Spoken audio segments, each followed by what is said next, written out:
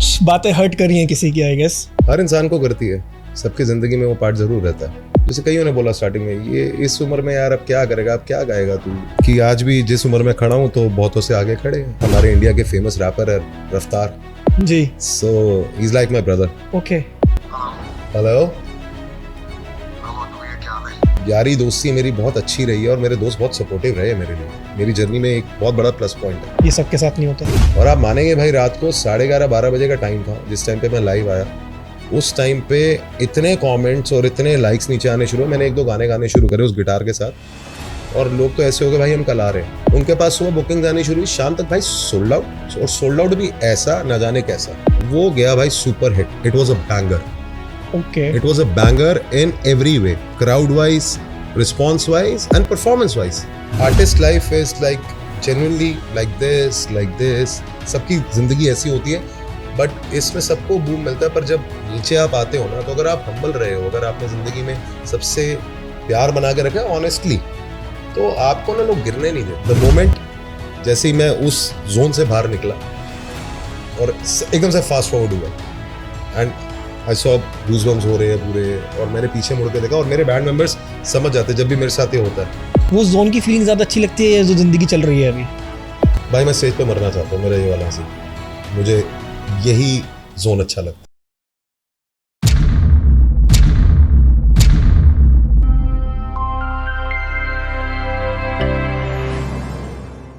Welcome back to the another episode of podcast बाबा।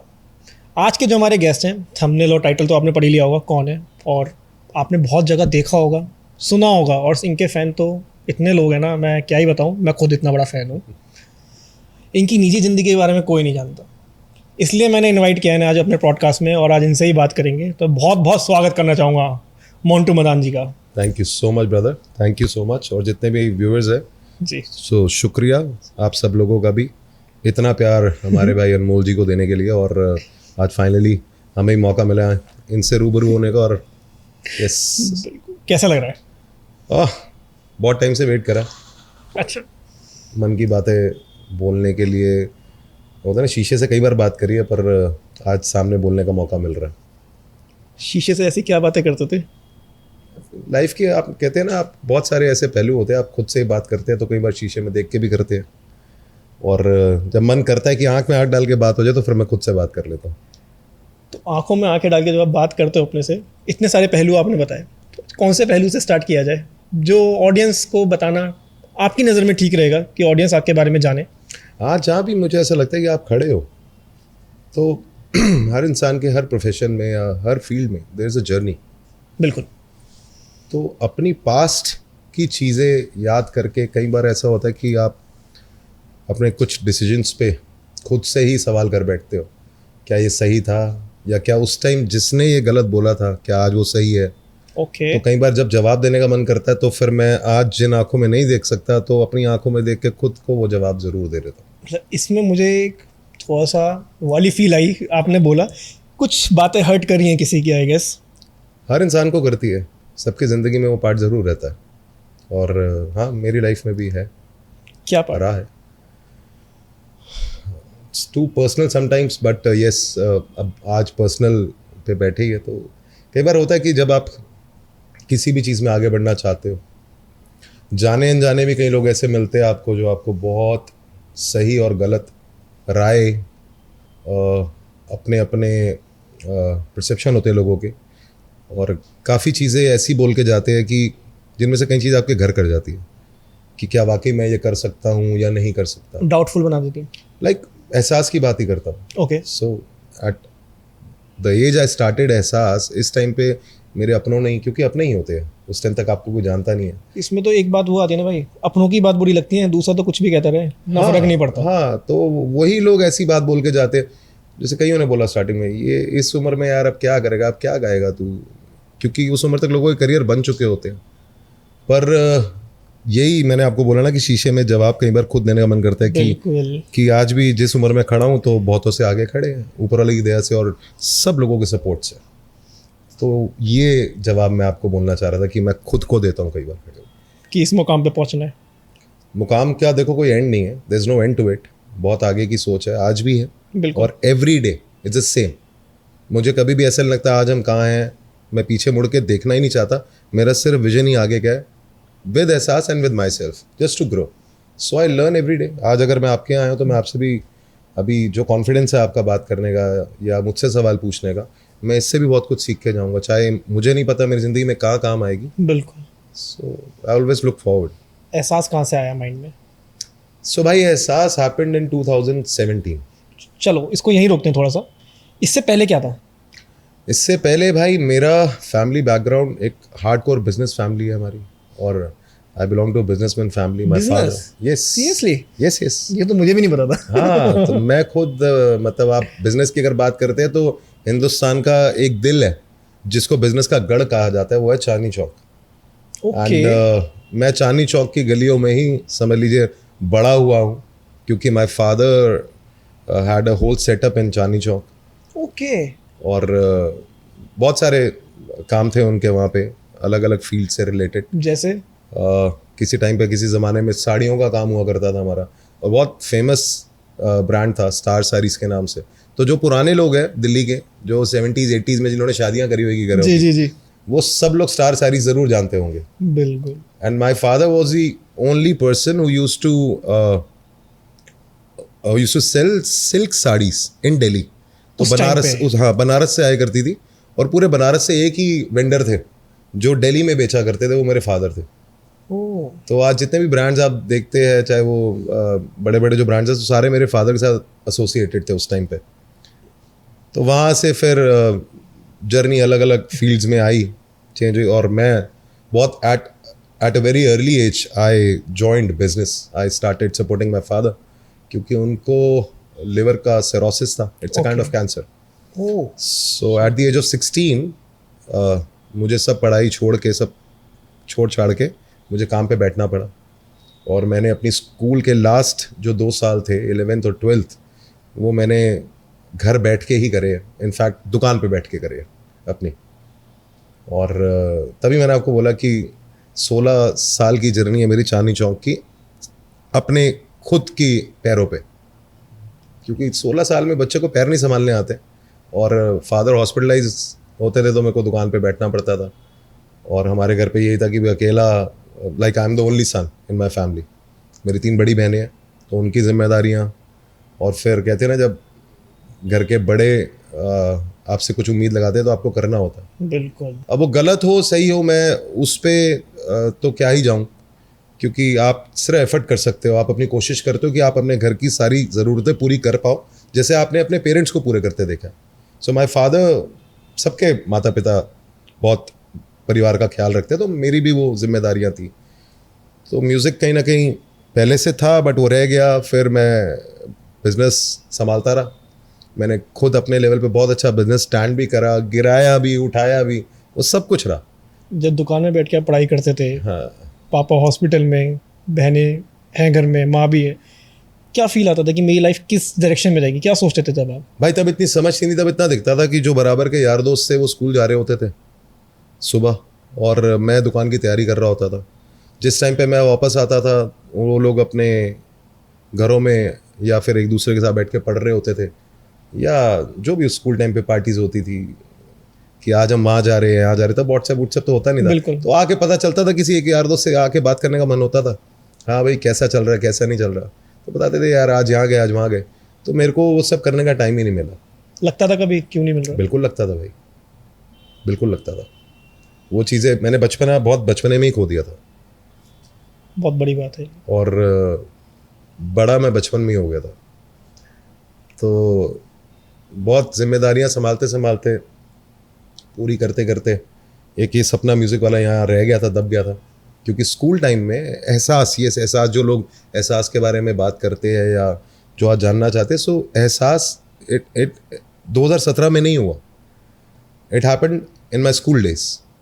तब से नाम था ये दिमाग में? यस, क्योंकि मेरा स्कूल में भी मेरा स्कूल से रिलेटेड नहीं था, बट स्कूल से बाहर मेरे कुछ ऐसे दोस्त होते थे जिनके साथ मेरा बैंड का सपना था, और हमने एक छोटा सा बैंड बनाया भी था तब.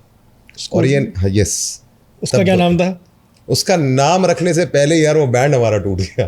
और तब मेरे जहन में तब भी ये नाम था, पर हुआ क्या कि लेटर ऑन म्यूज़िक वगैरह तो नहीं परस्यू कर पाए और फैमिली बिजनेस को संभालना पड़ा। बट 2017 में वो कैसे हुआ, क्या हुआ, वो भी मैं आपको बताऊंगा कि जब एहसास हुआ शुरू, तो मेरे जहन में ये नाम पहले ही था और मैंने अपनी टीम से डिस्कस करा, जो एहसास बॉयज़ है, बाकी मेरे भाई सारे सब। मिले कैसे सारे बॉयज़? तो मिला सबसे कैसे क्योंकि एक ग्रुप आप बता रहे हैं जो स्कूल टाइम पे था, हाँ, उसका नाम तक नहीं रखा गया, वो टूट गया। हाँ, फिर एक ग्रुप एहसास जो इतना बड़ा बन गया। हाँ, तो ये सब लोग कहाँ से आए, कैसे आए? सो 2016 की बात है जो मैं अब शुरू करता हूँ कि मैं बिजनेस कर रहा था और my mother came up to me. एक रात की बात है कि मैं अपने किसी यार दोस्त के फंक्शन पे गया हुआ था और मैं अपने रूम में आके, मेरी शुरू से एक आदत रही है कि थोड़ा सा गुनगुनाना और वो ज़रूर रहता है। तो that night my mother knocked my door and वो आए अंदर की, बोला सोए नहीं आप? तो 2:30-3 बज रहे थे रात को। तो बोला यार मुझे ना तेरे से एक बात करनी है। बोला हाँ जी बोलो। मैं चाहती हूँ तू ये जो भी कर रहा है आज, ये सब छोड़ दे और तू वापस ना म्यूज़िक में आ जा। मुझे बड़ा गिल्ट है कि मैंने तेरे म्यूज़िक के टाइम पे तेरे को बोला कि ये सब नहीं करना। कौन सी ईयर की बात है? भाई 2004 या 5 की बात है, सेकंड सीजन था इंडियन आइडल। तो मैं इंडियन आइडल सेकंड सीजन में अपनी मदर को बिना बताए ऑडिशन देने गया था। ओके। और ये बात आज मैं यहाँ शेयर कर रहा हूँ और ये बात बहुत कम लोगों को पता है, जो मेरे क्लोजेस्ट हैं उनको पता है। और वहाँ पे टॉप 20 में मैं बाहर हुआ था और वो जैसे कहते हैं ना, दिल पे एक धक्का सा लग जाता है। जी जी जी। कि यार मैं बाहर क्यों? क्योंकि हर इंसान को एक ये उम्मीद होती है कि आज तो मैं यहाँ पे कुछ करके ही जाऊँगा, और बाहर हो गए। तो घर आने के बाद जब मैं आया, फर्स्टली मैं सेलेक्ट हुआ, तो मदर को बताया मैंने। तो उस टाइम तक माई father was not doing good with health. तो उन्होंने ज़्यादा कुछ नहीं बोला, बोला अच्छा ठीक है। तो मेरी मदर भी मतलब पहले मैं क्लियर कर दूं कि वो सिखाती है music. She has been a teacher in past, music teacher रही है। हालांकि मैंने किसी से नहीं सीखा, मैंने जो सीखा अपने कानों से सीखा, अपने घर में। तो उन्होंने उस बात को उतना तवज्जो उस टाइम नहीं दिया। But later on when I came out of Indian Idol, तो मेरा मन था कि मैं आगे परस्यू करूं। बट मेरी मदर ने मुझे स्ट्रिक्टली उस टाइम पे बोला कि फादर का काम कौन देखेगा, या ये जो उनकी मेहनत है इतने सालों की, ये कौन संभालेगा? तो म्यूज़िक तो बेटा नहीं हो पाएगा। वो सपना घर कर गया दिल में। हाँ, वो वहाँ छूटा। और 2016, वही जो मैं भी आपको बता रहा था, 2016 एक रात की बात है। तो उन्होंने मुझे बात बोली, तो मैंने बोला आप ने ही बोला था तो मैंने तो छोड़ दिया था, आप ही बोल रहे तो मैं ये भी छोड़ दूंगा। 12 साल बाद 2004 से 2016 तो मैं ये भी छोड़ दूंगा। तो शी वाज लाइक हमें कोई दिक्कत नहीं है, तू कर, मेरे मन की बात है, तू कर। लाइक माई फादर तो पास इन 2007, तो उसके इतने साल बाद मम्मा ने ये बात बोली। द नेक्स्ट डे मैं ऑफिस गया और मैंने वहाँ पे जाके मेल एड पे डाला कि अच्छा चलता हूँ और नई जर्नी में मिलेंगे। और बस मुझे नहीं पता, मतलब जॉब करते थे? नहीं, अपने ऑफिस में, मतलब जो मेरा एक ओके शॉप के ऊपर एक ऑफिस था, मेरा पर्सनल सिटिंग थी जहाँ पे। ओके। तो वहाँ पे मेल एड पे डाला और सबको सेंड करा, जितने भी मेरे नोन्स थे, कि भाई मेरी लाइफ की नई जर्नी शुरू हो रही है। मुझे नहीं पता मैं क्या करने वाला हूँ, क्या उखाड़ने वाला हूँ, मुझे नहीं पता। बट हाँ, अब हो सके तो जहाँ भी मिलेंगे अच्छे से मिलेंगे। And that's how Ehsaas happened, और happened to me at that time. But मुझे ये नहीं पता था कि अब मैं आगे क्या करूँ, म्यूज़िक बनाऊँ। तब सोशल मीडिया भी इतना कोई स्ट्रॉन्ग नहीं था, कुछ इतना फेसबुक हुआ करता था, और म्यूज़िक का इतना कोई प्लेटफॉर्म्स नहीं था, कुछ नहीं था। तो समझ नहीं आया कि शुरू कहाँ से करूँ। तो उस दौरान, उस जर्नी में कुछ मेरे ऐसे भाई हैं जो एहसास से पहले से, जिनके साथ मैं जुड़ा हुआ था। मुझे ऐसा लगता है कि कुछ कनेक्शंस होते हैं लाइफ के जो किसी रीज़न से ही होते हैं। लाइक सब जानते हैं आज की डेट में बहुत हमारे इंडिया के फेमस रैपर है Raftaar ji. So he is like my brother. Okay. And he is like my brother. मैं ये बात इसलिए यहाँ पे नहीं बोल रहा, actually he is like my brother. तो भाई के साथ बहुत उठना बैठना था कि हम रात को काम के बाद आने के बाद मैं भाई के घर जाना, भाई के घर उठना बैठना, और हमने अपना चिल करना, बातें करनी। तो कई बार गाना बजाना हो जाता था, जैसे गा रहे हैं तो मैं भी गा दिया करता था। तो भाई ने जब सुना ना, भाई ने बोला यार भाई आवाज़ बहुत अच्छी है आपकी, आप करते क्यों नहीं कुछ? कहते हैं ना लेते कुछ नहीं। बिल्कुल बिल्कुल। तो उन्होंने वैसे बोला भाई कभी ट्राई नहीं करा मैंने, तो सपने ना अंदर ही है। मैंने ज़्यादा खुल के बताया नहीं कि भाई मैं ऐसे ऐसे कर बैठा हूँ, पहले पास में करा है ये वो। दिल्ली की बात है सारी है। हाँ, दिल्ली की बात है बिल्कुल। तो जब मदर ने बोला तो मेरी बात वो एकदम से ना भाई वाली भी खटकी। अब यही हुआ कि मैं बात करूं किससे, क्योंकि अगर आज म्यूजिक में कुछ करना है तो मैं करूं क्या, मुझे कोई गाइडेंस कुछ तो मिले। तो भाई से बात हुई, तो भाई ने भी कुछ ऐसा, मतलब उस टाइम पे भाई को भी नहीं समझा कि वो मुझे बोलें क्या। पर लेटर ऑन व्हाट हैपेंड कि हम लोग बाहर जाया करते थे, पार्टी पूटी ये वो करा करते थे भाई के साथ, और मेरे यार दोस्त भी मेरे साथ जैसे बाहर जाते थे, तो हर पार्टी में एट लास्ट खाने पीने के बाद ये होता था कि भाई एक गाना सुना दो आपसे। हाँ, तो वो पहले तो गाना घर में होता था, हाउस पार्टीज में हो रहा है, या नॉर्मली हम कहीं बैठे हैं किसी रेस्टोरेंट में ही बैठे तो गाना गा रहा हूँ। फिर वो ऐसे हुआ कि तब नया नया लाइफ का ना वो शुरू हुआ था, कैफेज शुरू हुए थे और लाइव परफॉर्मेंसेस की, एक गिटारिस्ट प्ले कर रहा है, सोलो सिंगर।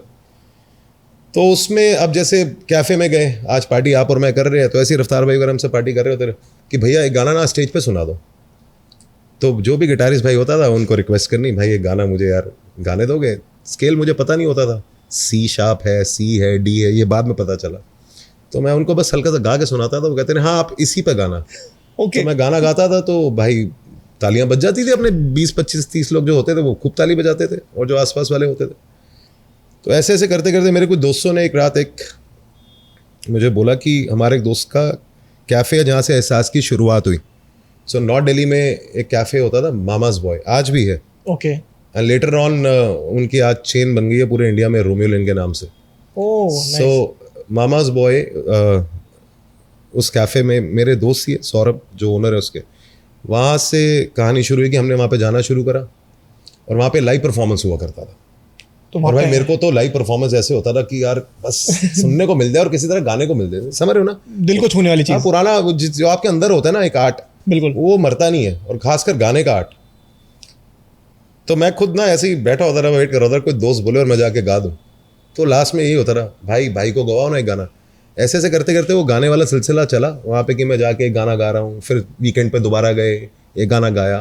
करते करते मेरे कुछ दोस्तों ने एक नाइट प्लान कर ली बिन बताए, और मुझे सीधा ये बताया कि तेरा कल रात का हमने शो रख दिया और तूने परफॉर्म करना है। मतलब परफॉर्म करना है किसके साथ भाई? एक नाइट पहले बता रहे और परफॉर्म करना किसके साथ है? मतलब मैं सिर्फ एक गाना गा रहा हूँ, आज वहाँ पे एक गिटारिस्ट मेरे लिए प्ले जरूर कर रहा होता था, जो भी सिंगर था।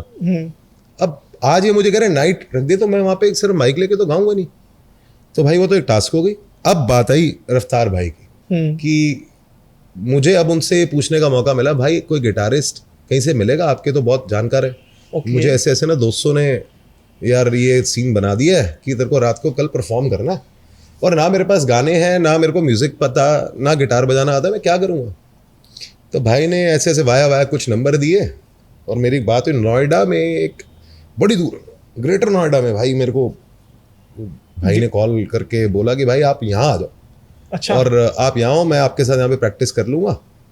कितने गाने गाने? मैंने तो बोला 5-7 गाने गाने बस, और क्या। तो कह रहा आप यहाँ आ जाओ, तो प्रैक्टिस हम यहीं कर लेंगे और तैयार कर लेते मटीरियल। बिल्कुल भाई मैं दिल्ली से उठा, ग्रेटर नोएडा गाड़ी स्टार्ट करी और पहुंच गए। फुल पेस रात को 11 साढ़े 11 बजे पहुंच गया, क्योंकि काम भी करना होता था। बिल्कुल। तो सारा शॉप का काम निपटा के मैं सीधा नोएडा। अब रात को भाई उसके घर पे बैठे, और हमने बैठ के 5-7-10 गानों की 12 गानों की लिस्ट तैयार करी। तब तक मुझे नहीं पता था कि वो भी नौसिखिया है हमारा भाई, वो भी सीख रहा था गिटार। ओके। हाँ, तो ठीक है, उसने नोट्स बनाए, गिटार की ना नोट्स होते हैं, उसने भी अपने नोट्स बनाए। और नेक्स्ट डे हमारा शो, और आप मानोगे भाई, आप बिलीव करोगे, मेरा शुरू से ना सोशल सर्कल बहुत अच्छा रहा है। मतलब यारी दोस्ती मेरी बहुत अच्छी रही है, और मेरे दोस्त बहुत सपोर्टिव रहे हैं मेरे लिए। मेरी जर्नी में एक बहुत बड़ा प्लस पॉइंट है, ये सबके साथ नहीं होता। बहुत बड़ा प्लस पॉइंट है। ऑनेस्टली बोल रहा हूँ आज यहाँ पे, मेरे जितने भी दोस्त सुनेंगे, मैं उनको कभी ये बात बोल नहीं पाया, बट मैं ऑनेस्टली बोल रहा हूँ आज। तो अगले दिन भाई, अब मैं उसके साथ वहाँ पे प्रैक्टिस करने बैठा। अगले दिन शो, रात को एक फेसबुक लाइव आया मैं, और मैंने रात को आके फेसबुक पे लाइव सेशन पे मैंने अपनी नाइट के बारे में बताया लोगों को कि मैं ऐसे ऐसे परफॉर्म कर रहा हूँ अगले दिन। आज भी शायद वो फेसबुक पे होगा ज़रूर। और आप मानेंगे भाई, रात को 11:30-12 बजे का टाइम था जिस टाइम पे मैं लाइव आया। उस टाइम पे इतने कमेंट्स और इतने लाइक्स नीचे आने शुरू हुए। मैंने 1-2 गाने गाने शुरू करे उस गिटार के साथ, और लोग तो ऐसे हो गए भाई हम कल आ रहे हैं। मेरे भाई का कैफ़े भी नया था, जो सौरभ की बात कर रहा हूँ, उनके पास सुबह बुकिंग आनी शुरू हुई, शाम तक भाई सोल्ड आउट, और सोल्ड आउट भी ऐसा ना जाने कैसा। मतलब भारी भीड़ लगी हुई है सोल्ड आउट के बाद। मतलब मैं आपको उसके बाद का किस्सा बताऊंगा, वो मेरी लाइफ का फर्स्ट और लास्ट एक ऐसा पार्ट है जो मैंने उसके बाद रिपीट नहीं करा। अब शाम को भाई मेरे हाथ पैर कांपने लग गए लिटरली। ओके। मेरे घर वाले भी सारे रेडी, शो पे जाने के लिए तैयार हो रहे, तैयारी होनी, दोस्तों के फ़ोन आ रहे हैं, भाई रात को पार्टी कर रहे हैं, ये कर रहे हैं, वो कर रहे हैं। और मैं भाई अंदर ही अंदर घबराहट की, आज मुझे गाना है और इतने लोगों के सामने प्रोफेशनली गाना है स्टेज पे। तब तक भी इतना एहसास नहीं था कि अभी रात को इतनी पब्लिक होगी या कुछ होगा। 8 साढ़े 8 बजे मुझे कॉल आया, भैया आप तैयार हो? मतलब हाँ मैं रेडी हूँ यार। मेरे दोस्त का ही, तो उसने बोला भाई आप ना आ जाओ, 9:30 पौने 10 तक शुरू करेंगे। ठीक है। अब 9 बजे के बाद मेरा घर हो गया खाली, घर वाले रेडी होकर निकल गए, मैं घर में अकेला खड़ा हूँ और वो शीशे के सामने बात चल रही है दोबारा से, और मैं शीशे में देख के कह रहा हूँ होगा, कर लूँगा, परेशान। तो मेरा एक बड़ा खास दोस्त है मेरा, जो हमेशा मेरे साथ रहा, आज तक मेरे साथ ही है, वरुण नाम है उसका। तो उसका फ़ोन आया, बोला आज भाई मैं तेरे को लेके चलूँगा। बेस्ट फ्रेंड भाई जान वैसे वाला। तो उसने बोला भाई मैं तेरे को लेके चलूँगा आज। बोला आजा भाई, तू गाड़ी लेके आ जा, मुझसे तो गाड़ी भी नहीं चलेगी। ठंड के दिन थे, 17 जनवरी 2017। मैंने तो बोला यार एक काम करेगा? कह रहा हाँ बोल। मेरा बड़ी घबराहट हो रही है, तो तू ना रम ले आई हो। मैं ना आज चाहता हूँ कि मैं 1-2 टिका के उसके बाद ही चढ़ूँ, मेरा कॉन्फिडेंस बूस्टअप हो जाएगा। तो भाई वो आया मुझे लेने और मैं गाड़ी में उसके साथ बैठा। 10 मिनट की वो जर्नी हुएगी घर से कैफ़े तक की। उस 10 मिनट में भाई मैं 3-4 टिका गया, ठा कि भाई मेरे को किसी तरह की घबराहट ना हो। और बाहर भाई हम कैफ़े के बाहर पहुंचते हैं और हम देखते हैं कि गाड़ियों का हुजूम लगा हुआ है, लोग खड़े हैं और लाइन लगी हुई है उस कैफ़े में। और मैं यूँ सोच रहा हूँ ये कहाँ जा रहे हैं, ये लोग जा कहाँ रहे हैं। और इतने मैंने अपने दोस्त से बोला भाई ये लाइन, कह रहे भाई ये तेरे शो के लिए लाइन लगी हुई है। एंड आई वाज लाइक भाई ये कैसे हो गया, पर समय तो आ गया। तभी मैंने आपको बोला कि मेरा बहुत दोस्तों का बहुत बड़ा रोल रहा मेरी लाइफ में। मेरे जितने दोस्त थे, अगर एक आया तो वो साथ में 10 लाया, उसका वो वाला हिसाब था। और वो कैफ़े अभी नया नया ही खुला था, नवंबर 2016 में उनकी ओपनिंग हुई थी, नोटबंदी वाले दिन भाई। और 2017 जनवरी की मैं बात कर रहा हूँ, तो 2-3 महीने हुए थे कैफ़े को। और इतनी क्राउड मिल जाए कैफे को तो बहुत अच्छा। इतनी भीड़ कभी जिंदगी में ना सोची थी, ना मैंने सोची थी, ना मेरे भाई ने सोची थी जिसका कैफ़े था। भाई मैं अंदर घुसने के लिए मैं नीचे एंटर करने लगा तो बड़ी सेलिब्रिटी फीलिंग आई यार, हर बंदा मिल रहा है भाई भाई भाई। और मैंने भाई कभी गाया नहीं है स्टेज पे इस तरीके से। चढ़ते चढ़ते हाथ पैर कांपते कांपते ये हाल हो गया। जैसे ही कैफ़े का दरवाज़ा मेन खुला जी और मैं एंटर हुआ तो भाई लोगों का शोर और चारों तरफ लोग, और मैं यूँ ये मैं कहाँ आ गया हूँ, ये मेरे लिए आए हैं, समझ रहे हो, ऐसी वाली फीलिंग।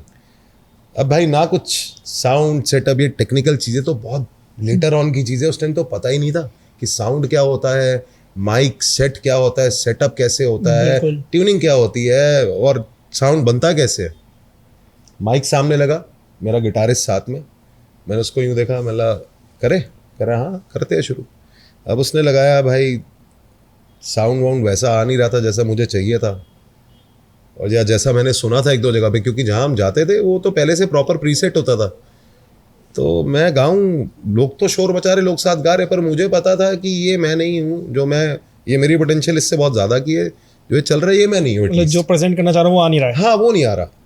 बट जैसे जैसे वो शो हुआ भाई बहुत बढ़िया धमाकेदार हुआ। लोगों ने ही गाया, मैं तो उसमें क्या ही गाया, मैं एक लाइन गाता तो साथ में। कौन सी लाइन गाई? कोई भी गाना। मैंने बोला याद तुझको, तो लोग आगे से कहते रहे तूने कहा था, समझ रहे हैं। तो इस तरीके से वो भाई लोगों ने कर आके वो शो सुपर हिट बना दिया। मैं घर आया भाई, अब वो बात है कि आपने बोला कि शुरू कैसे हुआ, तो अब मेरे दिमाग में आया भाई ये तो भाई मैं इससे बहुत अच्छा कर सकता हूँ। और ये वो नहीं था जो आज मैं सोच रहा हुआ, जो मतलब मेरे एंड पे वो नहीं था, इससे मैं बहुत अच्छा कर सकता हूँ। वहाँ से मेरे दिमाग में ना एकदम से, अब दोस्तों का शौक भी पूरा हो गया, उन्होंने नाइट करा दी, खत्म हो गई कहानी। अब वो मेरे जहन में खटकी बात कि भाई इसको कैसे करूँ, आगे कैसे बढ़ाना है। तब मैंने रफ्तार भाई से बात करी दोबारा। तो फिर मुझे भाई ने दोबारा नंबर दिए कि भाई आप इनसे बात करो, आप इनसे करो, ये आपको कोऑर्डिनेट करा देगा, इनके पास म्यूजिशियंस होते हैं, ये लोग शो करते हैं। तो वहाँ से करते करते किसी से मुझे ये फाइनल हाँ मिली कि हाँ ये बैंड मेंबर्स है प्ले करने के लिए, कि ड्रमर भी है, गिटारिस्ट भी हो जाएगा, कीबोर्डिस्ट भी हो जाएगा, आप आ जाइए भाई। तो मैं ठीक है भाई, मैं आपको 2-3 दिन में बताता हूँ। तो अब किसी भी बिजनेस पार्ट पे अगर मैं बात करूं तो वो रात जो थी वो बिजनेस वाइज उस कैफे के लिए बहुत मेजर थी। मतलब भाई शराब खत्म हो गई थी बार पे, उनके पास बेचने को शराब नहीं थी। तो वहाँ पे जो लोग आए थे तो वो मैसेज बहुत वर्ड टू माउथ वाला बहुत लंबा जाता है मार्केट में। तो ऐसे ही मेरा एक दोस्त होता था, उसका भी एक आउटलेट था, और उसने मुझे बोला कि भाई शो करेगा यार, तेरा उस दिन सुना बड़ा अच्छा शो, वो था नहीं उस शो पे, उसने भी सुनी सुनाई बात करी। लेकिन जो वर्ड टू माउथ वाली बात आपने बताई ना, ये जितना मार्केटिंग से बेटर इसका भाई तो कोई इससे नहीं बेटर है। कुछ नहीं है भाई। मैं रियली ये बात बता रहा हूँ कि आज इंस्टाग्राम की प्रमोशंस और ये जितनी भी चीज़ें चल रही है, ये वर्ड टू माउथ को कभी नहीं बीट कर सकती, नहीं कर सकती। कभी लाइफ में नहीं कर सकती।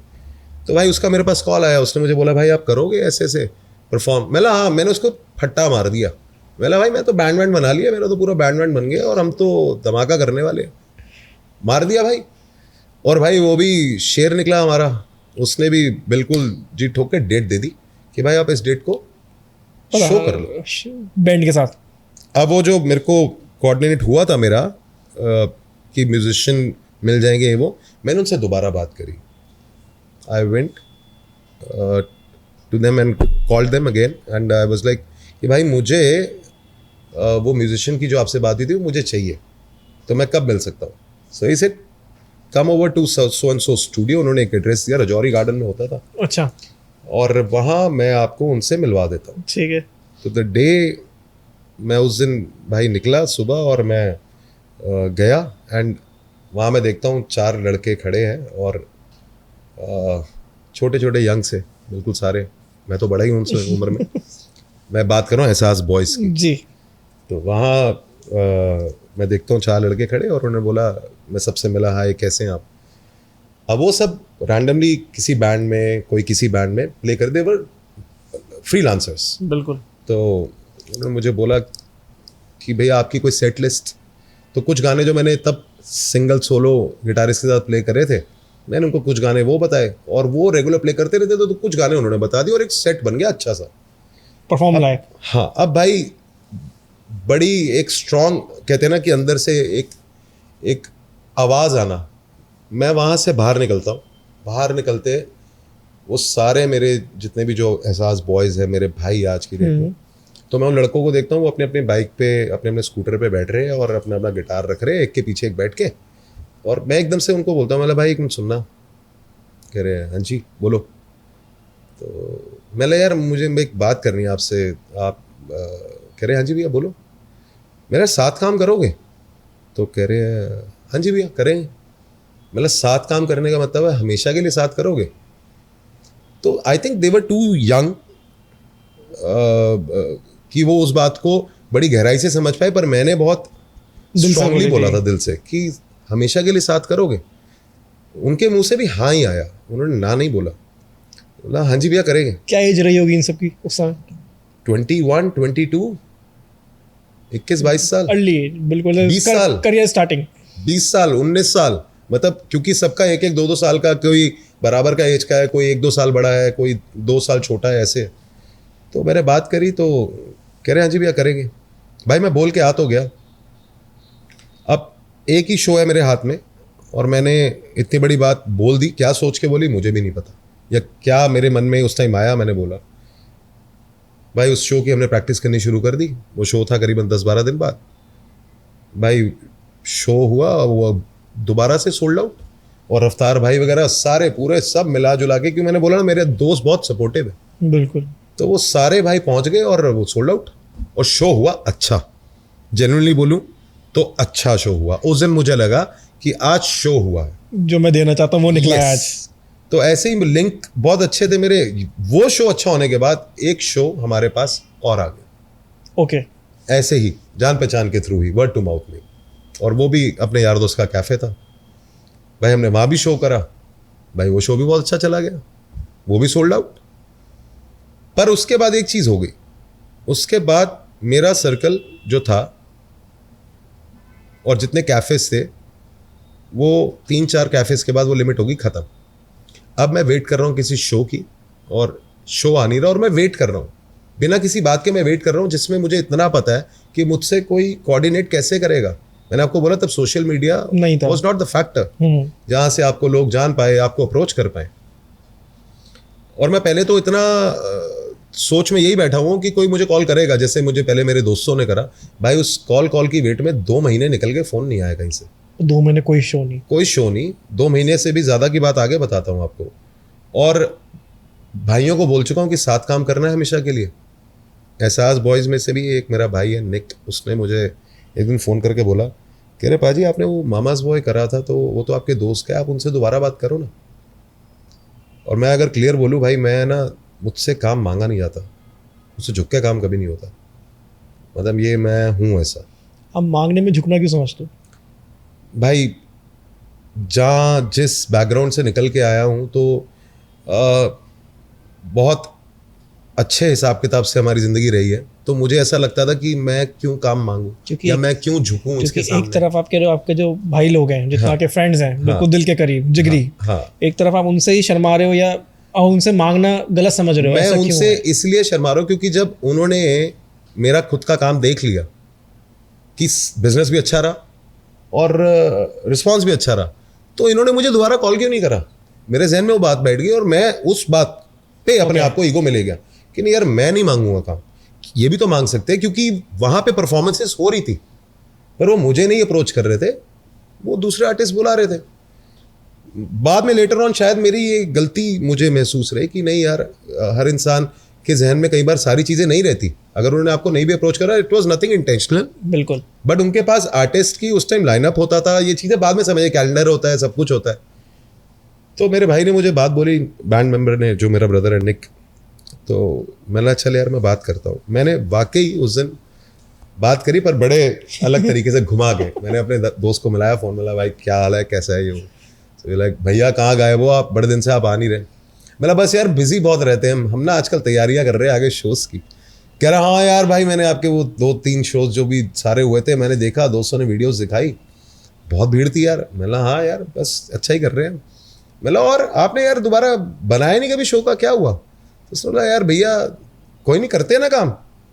तो मैंने हाँ करते हैं ना, बता ना भाई कब कर रहे हैं। कह रहे आप आ जाओ। मैं उसी रात भाई गाड़ी उठा के उसके पास पहुँच गया और जाके बड़ा कैजुअली, और भाई क्या चल रहा है? मतलब म्यूज़िक बना रहे हैं, ये कर रहे हैं, वो कर रहे हैं। मैंने अच्छा कौन सा डेट आप सोच रहे करने का? तो उसने बोला भाई ये डेट है और ऐसा ऐसा डे है, और भाई पैसे बता दो। अब उन्हें पैसे बोले तो पूछ रहे हैं। उस टाइम से पहले तक ना पैसे की बात ही थी, क्योंकि मैंने जो शो करे थे फ्री में करे थे भाई। ओके, जो मैंने जितने भी जो दोस्त यारों के 3-4 शो करे, हाँ, और मैंने अगर टीम को पैसे दिए थे तो मैंने अपने पास से दिए थे। तो बहुत बड़ी बात है ये भी कि जिनको आपने प्रॉमिस किया, आपने उन्हें पता थी कि आप अपनी जैसे दे रहे हो। मेरे टीम मेंबर्स को भी नहीं पता था, उनको नहीं पता थी ये चीज़। ये होती उनको दिल बहुत से, लेटर ऑन आके पता। ये होती दिल से कही हुई बात। जब आपने उन्हें रोका था ना जाते हुए, जब जोड़ा हूँ तो फिर दिल से जोड़ा है। हाँ, तो भाई अब उसने मुझे बोला कि भाई पेमेंट, तो मैंने वैसे ही कुछ आइडिया मार्केट का लिया हुआ था कि बैंड क्या पेमेंट लेते हैं वो लेते हैं। तो मैंने उसको वैसे ही बोल दिया 25,000 रुपये। तो उसने बोला भाई इतना तो हमारा बजट नहीं होता, हम तो इतने महंगे आर्टिस्ट नहीं करते भाई, हम तो 10-12 हज़ार रुपये में हमारे पास बैंड आते हैं परफॉर्म करने। मैंने देखा भाई 10-12 हज़ार रुपये में स्टेज तो मिल रहा है, एटलीस्ट अपने लगाने से अच्छा पैसे तो मिल रहे हैं। तो मैंने उनको हाँ बोल दी, और हाँ बोली तो उसने भी डेट दे दी, बड़ा घुमाने फिराने के बाद कि नहीं यार 10-12 हज़ार नहीं यार, हम तो 25 से कम करते नहीं है वो। पर एट लास्ट मैंने हाँ बोल दी, क्योंकि आई वॉज हैप्पी कि स्टेज मिल रहा है। और मैंने 10-12 में, हाँ 12,000 रुपये, मुझे आते हैं 12,000 रुपये कि खर्चा निकल जाएगा, जो जा रहे हैं आना है उसका हो जाएगा। 12,000 रुपये में कि हम 4 लोग हैं, तो मुझे तो नहीं चाहिए, टीम का हो जाए पूरा फिलहाल, ये ज़्यादा बड़ा फोकस था। बिल्कुल। तो भाई वो शो हमने करा। अब फिर वही बात, वो शो अच्छा गया, सब कुछ अच्छा हुआ। अब फिर मैं वेट करूँ कि उसका फ़ोन आए, वो मुझे फ़ोन करे, उसने नहीं करा। फिर महीना निकल गया, महीना निकला, और दूसरे महीने मैंने सोच लिया कि मुझे ही फ़ोन करना पड़ेगा। मैंने उसको दोबारा फ़ोन करा, यार भैया यार आप याद दिलाते नहीं हो, मैं इतना ऑक्यूपाइड रहता हूँ, आर्टिस्ट वगैरह फ़ोन करते रहते हैं, तो प्लीज़ एक बार ना रिमाइंडर डाल दिया करो, मैं आपकी डेट डाल दिया करूँगा। तो मैंने भाई उसकी बात सुन के उसको थोड़ा सा रख लिया जहन में कि इसको मुझे कॉल करना है। उन्होंने डेट दे दी, दोबारा शो हुआ भाई, दोबारा शो अच्छा चला गया। तीसरे शो पे मैंने फिर एक्सपेक्ट करा कि उसका आएगा कॉल, नहीं आया, पर मैंने बेशरम होके कर लिया कि मुझे समझ आ गया कि यहाँ पे बात ईगो की नहीं है, यहाँ पे बिजी है वो, यहाँ पे अगला बिजी है। तो मैंने उसको भाई तीसरे शो के लिए करा, उसने तीसरा शो जो था वो गया भाई super hit. It was a banger, okay, it was a banger in every way, crowd wise, response wise and performance wise, क्योंकि अब टीम भी एक सिंक्रोनाइज कर रहे थे हम साथ में, हमारा ट्यूनिंग बन गई थी आपस में, and it was a good show. I remember भाई उस शो के 2 दिन बाद मैं देखता हूँ कि मेरे फ़ोन पे फ़ोन उसका आ रहा है, मेरे दोस्त का, जिसका कैफ़े था। मैंने फ़ोन उठाया, भैया कैसे हो? मतलब बढ़िया भाई। अच्छा भैया हमने ना एक चीज़ प्लान करी है कि एवरी फ्राइडे आपका डाल दें। मैं भाई ऐसे अंदर से कि भाई ये तो सीधा ही 4 शो महीने के, और अभी हम महीने में एक कर रहे हैं, और वो भी अनसर्टन है बड़ा, फ़ोन करना पड़ता है शो के लिए। और ये खुद आया सामने से फ़ोन। भाई 12,000 रुपये महीने के शो पे काम चल रहा है, और आप एकदम से रेवेन्यू देखते हो 48,000 रुपये हो जाता है। करेक्ट, समझ रहे हो? तो दिमाग में खुशी और बहुत सारी चीज़ें एकदम से सारी बैठ गई, मतलब यार ये तो बढ़िया काम होगा। बिल्कुल। फ्रॉम 1 और 2 शो अ वीक, मैं 2 भी नहीं बोलूँगा, 1 ही बोलूँगा 2018 तक, क्योंकि 18 में जो हमने सैटरडे वाली जो सीन थे ना, वो लेटर नवंबर दिसंबर वाली स्टोरी थी। 5 शोज अ वीक 2019 में हम पहुंच गए। एक हफ्ते में 5 शो कर रहे हैं हम भाई, मंडे भी कर रहे हैं हम, संडे भी कर रहे हैं हम, वेडनेसडे भी कर रहे हैं, फ्राइडे भी कर रहे हैं, सैटरडे भी कर रहे हैं, महीने के 20 दिन बिजी। तो भाई वहां से वो स्टोरी चल पड़ी, और वो स्टोरी चल पड़ी ऐसे नहीं, परफॉर्मेंस वाइज मैं सही बता रहा हूँ आपको, हमें तब भी ये लगता था कि भाई इससे बहुत ऊपर की गेम है। मेरे मन में आती थी वो चीज़, क्योंकि मैं खुद सुनने जाता था, तो वो कहानी भी चल पड़ी, प्राइवेट शो, फिर ये वो, बाद में कोविड आया, वो सब हुआ जो भी हुआ, बट उसके बाद कहानी रुकी नहीं। और कहानी अब ये है कि लेटेस्ट 2023 की अगर मैं बात करूँ, लास्ट ईयर की, तो हमने 284 शोज करे एक साल के अंदर, 284 all over, pan India, international, सब। सो यस, तो ये भी एक बड़ा नंबर है, इतने शोज करना। yes. और एक टाइम वो था जब दूसरे को कॉल करने में भी हिचकिचाहट थी। बिल्कुल थी भाई, बिल्कुल कि शो मिलेगा नहीं, वो दिन याद आते हैं। आते हैं भाई, तभी मैंने आपको स्टार्टिंग में बोला था, बात कनेक्ट हो जाएगी, कि मैं बहुत सवालों के जवाब अपने आप को भी शीशे में देता हूँ देख के। है काफ़ी चीज़ें ऐसी है जो शायद इस पॉडकास्ट भी कम पड़ जाए, या पूरी ज़िंदगी कम पड़ जाए बताने को। जैसे रफ्तार भाई से बात होती थी, और भी आर्टिस्ट होंगे जिनसे बात होती होगी, तो आज भी टच में है सब। हाँ, टच में तो देखो बिल्कुल है, पर ये कि अब खुद के पास भी टाइम नहीं होता, और अब सेम फ्रेटर्निटी में है तो इतना पता है कि भाई लोग भी बिजी रहते हैं, पर मैं डिस्टर्ब नहीं करता। पर हाँ, एक कॉल पे दे आर ऑलवेज देयर, हमेशा रहते हैं। ट्राई कर सकते हैं कहाँ, रफ्तार भाई को? हाँ बिल्कुल कर सकते हैं, बस भाई बिजी ना हो कहीं, बट मैं फिर भी एक बार मिला के देखता हूँ भाई को।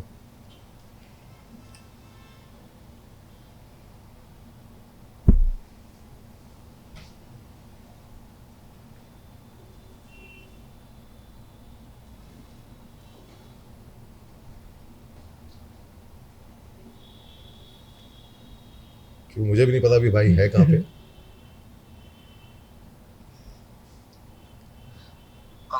हेलो, क्या हाल है? बढ़िया बढ़िया, कैसे हो भाई, कैसे हैं आप? बहुत बढ़िया, बस कसरत करके निकला। क्या बात है यार, मैंने भाई आपको फ़ोन तो मिला दिया, मैंने ये देखा नहीं, पूछा भी नहीं कि कहाँ पे हो, कहाँ नहीं हो, बिजी तो नहीं हो? अरे बिल्कुल भी नहीं, आप बताओ, बस हुक्म करो। बढ़िया बढ़िया डार्लिंग, फर्स्ट क्लास, बस बैठा हुआ था। आज एक पॉडकास्ट पे बैठे थे हम, हमारे पॉडकास्ट बाबा के साथ, और अरे क्या बात है, मुबारक हो।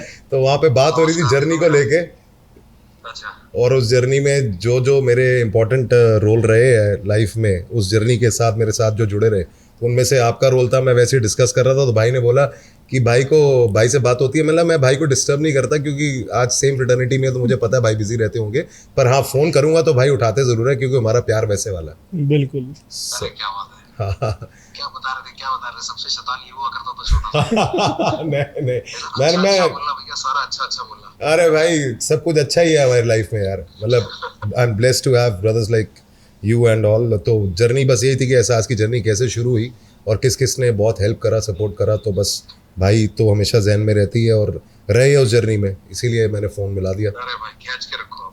हाँ, लव यू मेरे भाई, करते हैं, जल्दी बात करते हैं। उसके बोल दो मेरा। हाँ, ओके रफ्तार भाई, थैंक यू Thank you भाई। Darling, thank you. अनमोल भाई भी थैंक यू कह रहे हैं आपको। डन डन भाई जी, अनमोल भाई ख्याल रखो, जय बोलेगी। जय बोलेगी भाई। ओके जी, ओके डार्लिंग, ओके भैया। Take care. तो ऐसे वाला प्यार है भाई से आज भी। ये होता है भाइयों वाला प्यार। और आज मैं आपको सच बताऊं तो मेरे भाई को कम से कम 6 महीने बाद कॉल कर रहा होगा। लास्ट में इनसे मिला था चंडीगढ़ में, हमारा शो था एक जगह पे और भाई का कॉन्सर्ट था चंडीगढ़ में। तो जिस होटल में हमारा स्टे था उसी होटल में भाई का स्टे था, और वो नीचे मुझे दरबान जो होते हैं, जो दरवाजा खोलते हैं, और वेले वाले उसने बताया कि आर्टिस्ट आए हैं ऊपर। मैंने कौन आए हुए हैं? कह रहे रफ्तार भाई। तो मैंने अच्छा जी, मैंने भाई को फ़ोन लगाया, मैंने भाई कहाँ पे? तो कह रहे ऊपर ही हूँ। और कुदरती क्या हुआ कि 4 रूम छोड़ के भाई का रूम था और मेरा रूम था, ऐसे। तो लास्ट वहाँ मिलना हुआ था चंडीगढ़, और उसके आज बाद? बात हो रही है उसके बाद। और अभी फोन उठाया एक कॉल पे। नहीं, he is always a darling. मैं कुछ लोग ऐसे बोलूँगा कि जो कितना भी आगे बढ़ जाए ज़िंदगी में, तो ये he is one of a person जिनसे मैंने ज़िंदगी में बहुत कुछ सीखा है। मैं जितने भी आर्टिस्ट लोग हैं आज की डेट में, हर इंसान से सीखना होता है, पर मैं बिल्कुल। आर्टिस्ट लाइफ में होने के बाद उन लोगों से बहुत कुछ सीखता हूँ। तो टू बी हम्बल या पुराने लोगों को याद रखना, ये बहुत ज़रूरी है, क्योंकि artist life is like genuinely like this. सबकी ज़िंदगी ऐसी होती है, बट इसमें सबको बूम मिलता है। पर जब नीचे आप आते हो ना, तो अगर आप हम्बल रहे हो, अगर आपने ज़िंदगी में सबसे प्यार बना के रखा है ऑनेस्टली, तो आपको ना लोग गिरने नहीं देते, बिल्कुल। आपको उठाने वाले बहुत आ जाते हैं उस टाइम पे। तो ये मैं किसी मतलब से नहीं कर रहा, आई एम लाइक दिस, मैं ऐसा ही हूँ। मैं जो भी हूँ, मैं बहुत स्ट्रेट फॉरवर्ड इंसान हूँ। मैंने स्टार्टिंग में भी बात बोली थी कि कुछ चीज़ों में मुझसे नहीं होता, तो आज भी नहीं होता। पर हाँ, मैं अपने आप को मोल्ड करना सीख गया हूँ उम्र के साथ साथ। दैट्स हाउ लर्निंग हैज़ बिल्कुल। Been a part of my life, कि मैं जो सीखता आया हूँ कि नहीं यार, कुछ चीज़ों में अगर अपने आप को बदलना है, तो at this age also I am learning, I am changing myself for good, बिल्कुल। For good. आपके इतने सॉन्ग सुने मैंने, जी। मतलब मैं तो खो जाता हूँ, आए। ऑडियंस भी खो जाती है। जो आवाज़ है, इतना दर्द इसमें छुपा है, इसके पीछे का कारण क्या है? भाई रॉकस्टार देखिए आपने? हाँ। उसमें वो जब रणवीर कपूर बैठा होता है कैंटीन में, और वो समोसे के साथ चटनी की लड़ाई लड़ रहा होता है, तो ही इज ट्राइंग टू उस टाइम वो दिखाना चाह रहा था कि मैं बड़े दर्द में हूँ। तो उस मूवी का वो मुझे सीन याद है। ये सच्चाई है जो मैं शॉर्ट में डिस्कस करूँगा, कि वो दिखाना चाह रहा था कि मैं दर्द में हूँ, लेकिन होता नहीं है। और वो चटनी के पीछे लड़ रहा होता है। तो उसमें वो खटाना भाई जो होते हैं, वो आके उसे कहते हैं, ये दर्द और ये सब दिखावा है, फरेब है, झूठ है, कि अगर दर्द होता तो समोसे की चटनी के पीछे ना लड़ रहा होता। और बाद में लेटर ऑन वो ही becomes a rock star and Jordan.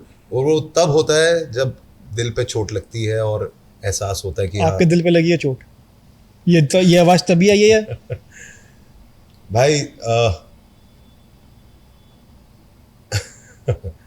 लगती है, और लगती है, सच्चाई है, तभी आपका अंदर का सच्चा आर्ट बाहर आता है।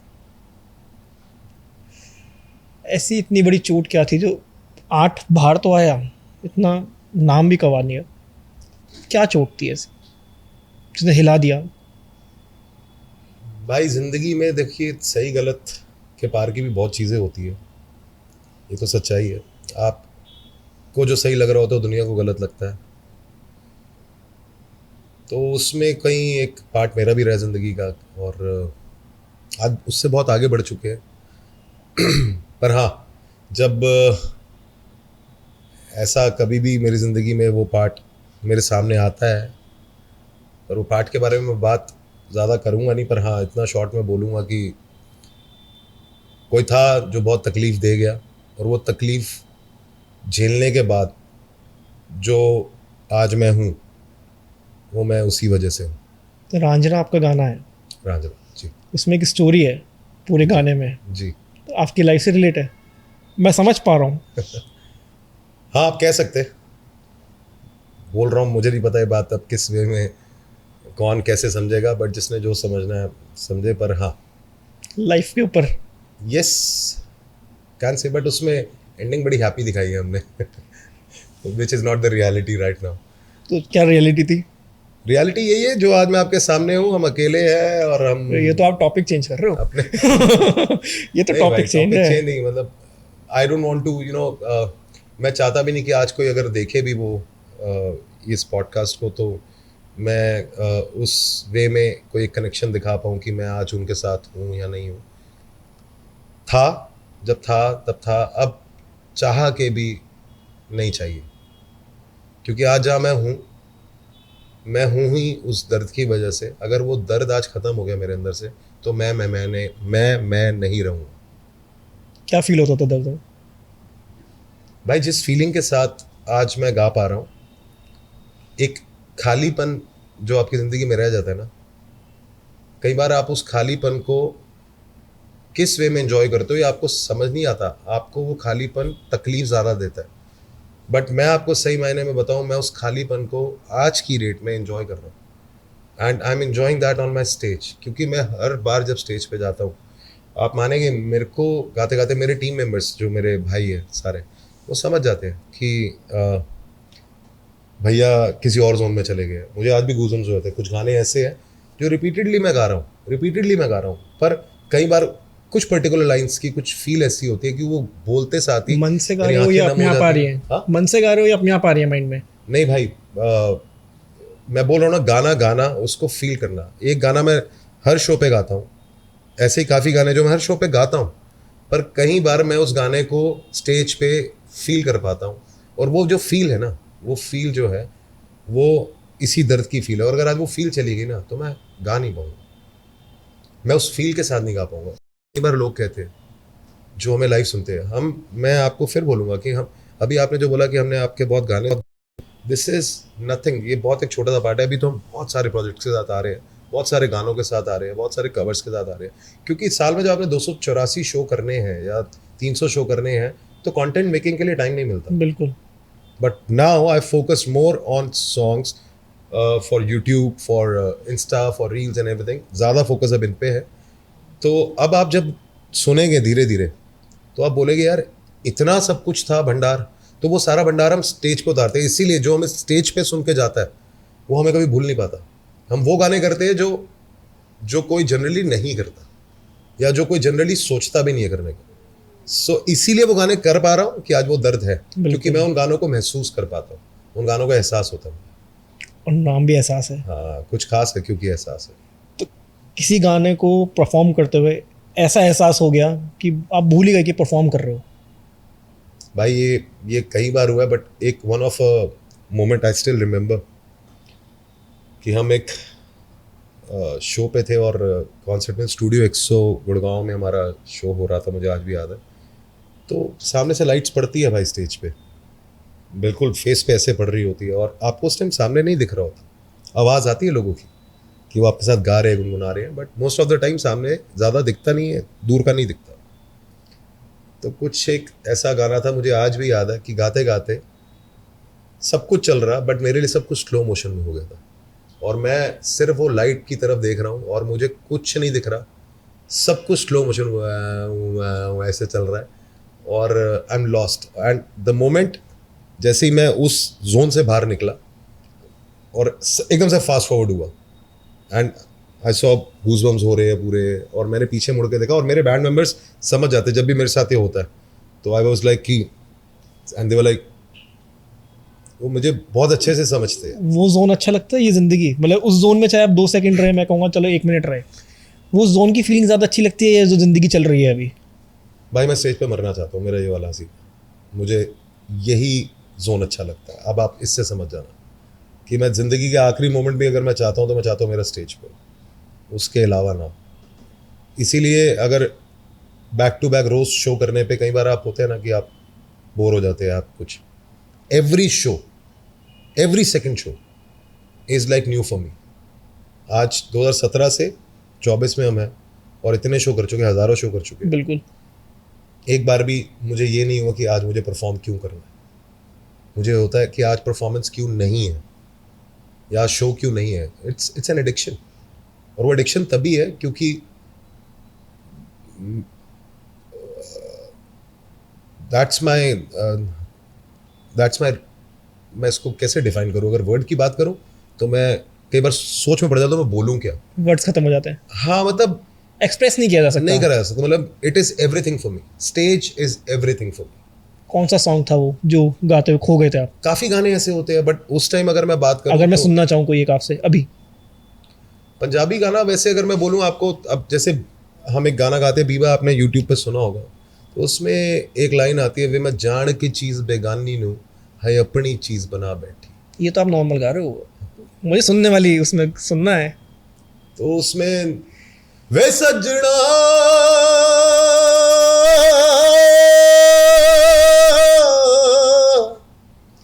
वे सजना वे मैं जान की चीज बेगानी नू है अपनी चीज बना बैठी। वे मैं जान की चीज बेगानी नू है अपनी चीज बना बैठी। ओ दिल दे के तेनू बेकदरा मैं उम्र दी चिंता ला बैठी। असा नित दा वे छोड़ा नहीं ओ सैना, असा नित दा वे छोड़ा नहीं ओ सैना, वे बीबा साडा दिल मोड़ दे। तो ये जो लाइन है उसमें वो ये कह रहे कि जान के एक बेगानी चीज को अपना समझ लिया और दिल दे के तेरे को बेकदरा मैंने उम्र का रोग लगा लिया। ठीक है, तो ये मतलब बहुत डीप है। ऐसे ही काफ़ी गाने होते हैं, कई बार आप गाते हो और कई बार आप उसको फील कर जाते हो, बट कुछ जोन्स आपके होते हैं जो आपके होते हैं, जिनमें आपको पता होता है ये आपका जोन है। कौन सा है आपका? भाई इंटेंस गाने आप लगा लो, जितने भी डीप गाने हैं, तो वो मेरा तो जोन वही है। जैसे वो गाना चला ना कि मैं आ लिखूं तो तू आ जाए, अभी गाया हमने इश्क, क्या बहुत अच्छा रिस्पॉन्स आया उसका, तो मुझे पता ही नहीं था कि इतना अच्छा रिस्पॉन्स आ जाएगा। पहले दिन में 3 लाख व्यूज़ यार उसके इंस्टाग्राम पे रील पे हो गए थे, और मैं तो हैरान हो गया। और इतना अच्छा मेरे को लोगों ने लिखा, और आप मानोगे ये गाना 1 महीने पहले से गाया हुआ है, एक महीने से भी ज़्यादा हो गया, बट टाइम नहीं मिल रहा था उसको डालने का। और आप देखना उस गाने की रील को, उसका शूट नहीं करा मैंने, जो एग्जिस्टिंग हमारी वीडियोस थी उसी में से कट कट कट कट करके डाल दिया, क्योंकि अभी भी शूट का टाइम नहीं मिल रहा था, Shows तो इतने। बस डाल दिया। और डालते ही उसका रिस्पॉन्स ऐसा है। पर जिस दिन मैंने वो गाया था, वो गाते ही मुझे वो, तो जो अभी आपने बात करी कि जोन क्या है, ये मेरा जोन है। दिस इज, अगर ये मुझे जोन दे दे कोई, मैं भाई मतलब मुझे ऐसा लगता है कि मुझे जीवन की खुशी मिल गई, कि मुझे कोई टोके ना। क्योंकि शोज पे होता है, लोग आपको रिक्वेस्ट, मैं किसी को गलत नहीं कहता, उनकी अपनी, हर इंसान की अपनी अपनी एक चॉइस होती है कि यार मेरा ये गाना गा दो, मेरा वो गाना। पर अगर मुझे कोई छेड़े ना और मुझे बोले कि आपने जो गाना है आप वो गाए, तो भाई मैं बहुत अलग आर्टिस्ट हूँ। फिर आज कमर्शियल आर्टिस्ट होने में एक बड़ा फ़र्क है, बट कई नाइट्स ऐसी होती है बहुत रेयरेस्ट कि जहाँ पे आपको आपका जोन मिलता है।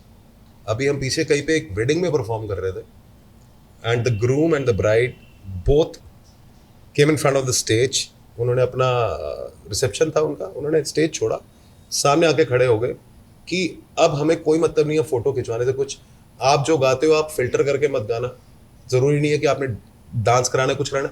हमने जब आपको सुना था, चाहे हम प्यार में थे, पर आपने हमारे ना दिल तोड़ दिए थे दोनों के, तो हमें वही सुनना। और आप मानोगे, हम शादी पे, एक रिसेप्शन है ऐसे फंक्शन पे, भाई मैं इतने डीप गाने गा रहा और दे एंजॉयड लाइक एनीथिंग। आर्टिस्ट की ना यही खूबी होती है, अगर आर्टिस्ट को छोड़ दिया जाए ना तो वो जो निकाल के लाएगा ना उसको भाई लोग समझ कोई नहीं तोड़ पाते, नहीं है उस चीज लोग का। समझते नहीं है ये चीज।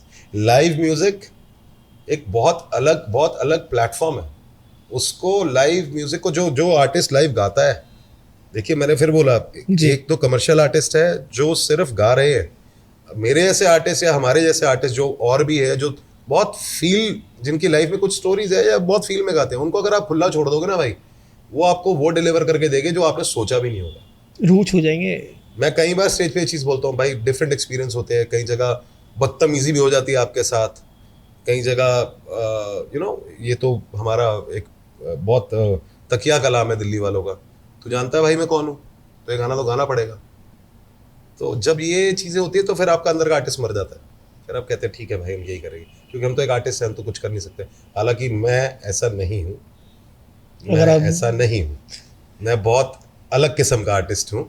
और मैं कहीं पे भी होता हूँ, अगर किसी भी प्रकार की कोई भी बदतमीजी बियॉन्ड, कोई एक लाइन है, देखिए ब्रो, अब उस लाइन को क्रॉस करेंगे मेरे साथ तो भाई अब मुझे बुक मत करो, मेरा सीधा कहना ये है।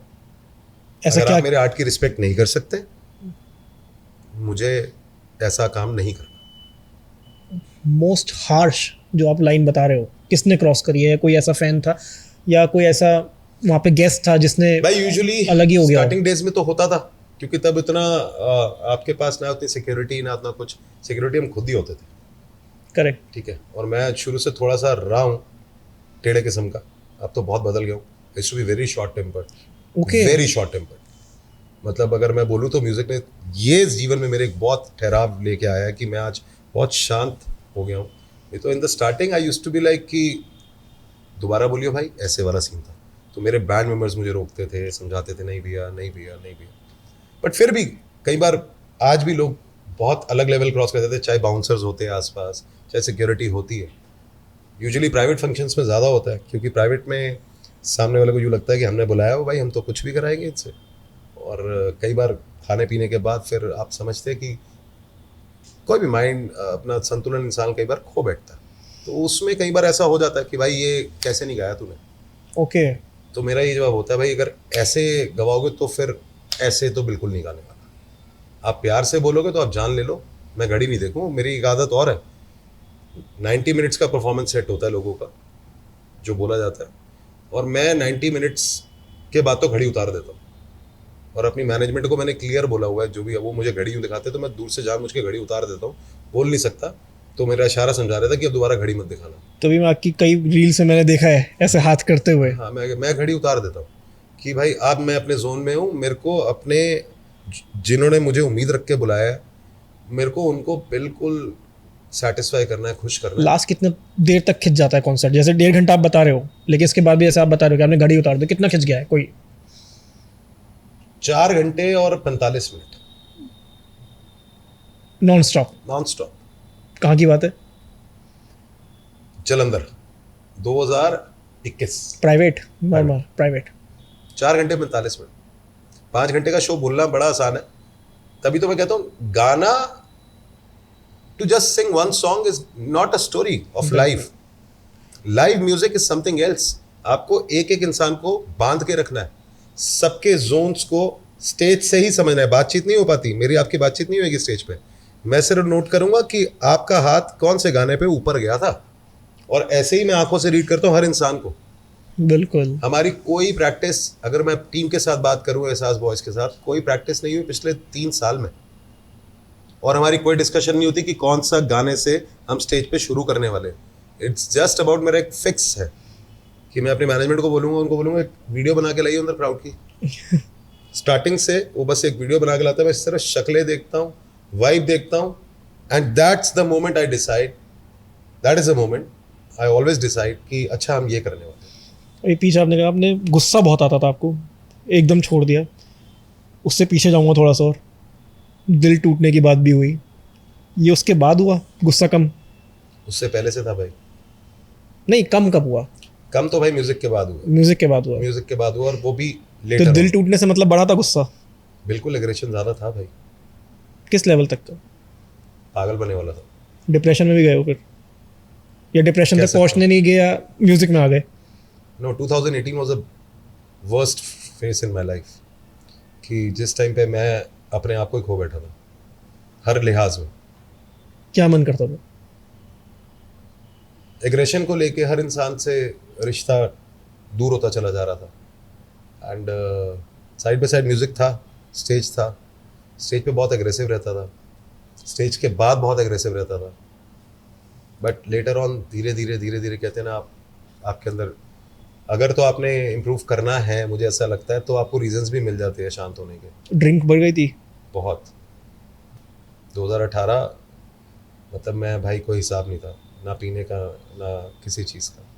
बट मैंने अपने आप को बहुत बदला है। शोज पे भी? शो पे मैंने आज तक लाइफ में नहीं, सिर्फ पहला जो शो था मेरा, मैंने स्टार्टिंग में बात करी थी जी 2017, वो पता नहीं मैंने क्यों ऐसा बोला उस टाइम कि मैंने उस दोस्त को फ़ोन करा और उसको बोला कि तू लेके आ और मेरे को पी के जाना है स्टेज पे। बट मैं ये आज वाले आर्टिस्ट जितने भी हैं या जो आगे सोच रहे हैं करने का, ये सच बताना चाह रहा हूँ कि आज की डेट में या उस दिन के बाद से लेके आज तक टिल डेट, किसी को यूँ लगता है, बहुत लोग सवाल करते हैं भाई क्या पी के चढ़ते हो स्टेज पे, बहुत एनर्जी होती है, क्या ऐसा नशा करते हो? तो ये सब मिथ है। म्यूज़िक का नशा है सबसे बड़ा, और मैंने उस दिन के बाद से आज तक नेवर मैंने स्टेज पे कभी ज़िंदगी में हाथ भी नहीं लगाया होगा ऐसे किसी चीज़ को। उस चीज़ को गलती मानते हो? बिल्कुल मानता हूँ, और आगे आने वाले जितने भी लोग हैं सबको ये बोलूँगा कि नेवर डू दिस। ये म्यूज़िक का अगर आपको नशा है तो आपको ज़िंदगी का सबसे बड़ा नशा है, और आई थिंक इससे अच्छा कोई नशा नहीं है। इसमें थोड़ा सा ऐड और करूँगा मैं। जी। आपने कहा म्यूज़िक का नशा, मैं इस चीज़ को ऐसे मानता हूँ, अगर आपको अपनी फील्ड का नशा है तो आपको किसी और नशे की ज़रूरत नहीं है। बिल्कुल करेक्ट, आप डाल सकते हैं ऐसे भी इस बात को, बट मैं जैसे म्यूज़िक में हूँ तो मैं देखिए म्यूज़िक और कोई भी काम आपका लाइफ से थोड़ा सा अलग इसलिए है क्योंकि जो काम करने वाले लोग भी हैं उनको भी रात को अगर जब वो बहुत काम करने के बाद, मेहनत करने के बाद घर आते हैं तो हर इंसान का अपना अपना एक टेस्ट है। कोई सिद्धू मूसेवाला सुनता है, बिल्कुल, कोई रफ़ी साहब सुनता है, कोई हर जो भी आर्टिस्ट है, कोई सूफी सुनता है, नुसरत साहब सुनता है। तो वो ये कहीं ना कहीं एंड में आके रिलेट म्यूजिक से जरूर होता है। एंड में म्यूजिक ही चलता है भाई। आज आप बहुत खुश हो तो रात को आप पार्टी करने जा रहे हैं, बिंदास एकदम फट रहे हो, और जो दुखी है वो भी जा रहा है। हाँ, वो सूफी नाइट्स में जा रहा है। सो म्यूजिक मेरे हिसाब से जिंदगी में और कोई नशा होना ही नहीं चाहिए भाई। म्यूजिक सुनिए और उसी में मस्त रहिए यार। पीछे आपने कहा आपका एक जोन होता है आपका। यस। अगर वो जोन हमें अभी क्रिएट करना हो और मैं वही गाना सुनना चाहूंगा, मैं आ लिखूं तो तू आ जाए। भाई इसमें ना स्टार्टिंग की जो गाने की जो लाइन है वो बड़ी प्यारी है।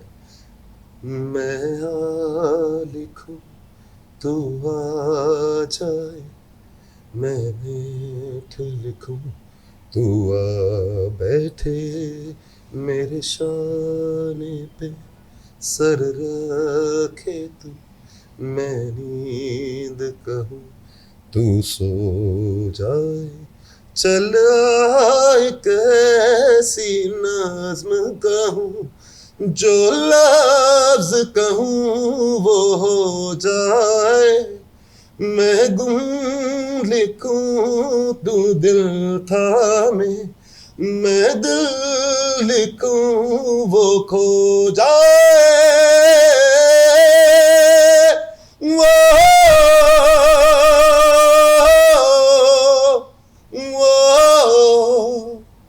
लिरिक्स आगे पीछे हो गए, गाने की फील। आप लिरिक्स छोड़ो, मेरे गूज़बम्प्स नहीं हो रहे।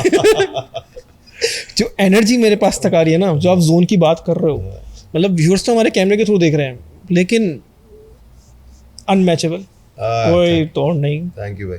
ये जोन है, मतलब मेरे वर्ड खत्म हो गए एकदम। मैं खो गया उसमें। आपने भी कहा फ्यूचर प्रोजेक्ट्स आपके आ रहे हैं जी। क्या क्या फ्यूचर प्रोजेक्ट्स आ रहे हैं? सो फ्यूचर प्रोजेक्ट्स भाई अलग अलग कोलैबोरेशंस आ रही है, काफ़ी अच्छे अच्छे प्रोजेक्ट्स हैं माइंड में, और फिलहाल एग्जीक्यूट भी करे हुए कुछ, और उनकी वीडियोस पे काम चल रहा है।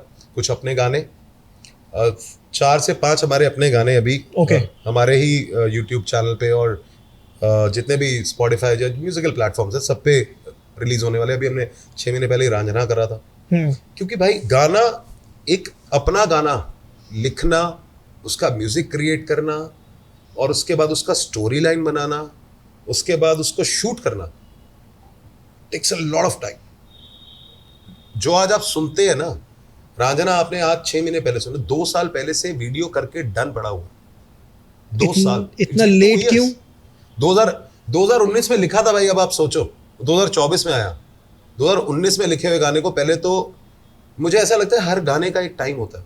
ये क्यों होता है? जैसे जो आप बात बता रहे हो, ये बहुत आर्टिस्ट कहते हैं कि ये गाना मेरा तब का लिखा हुआ है, लेकिन ये शूट, ये रिलीज इतने दिन बाद हो रहा है, ऐसा क्यों होता है?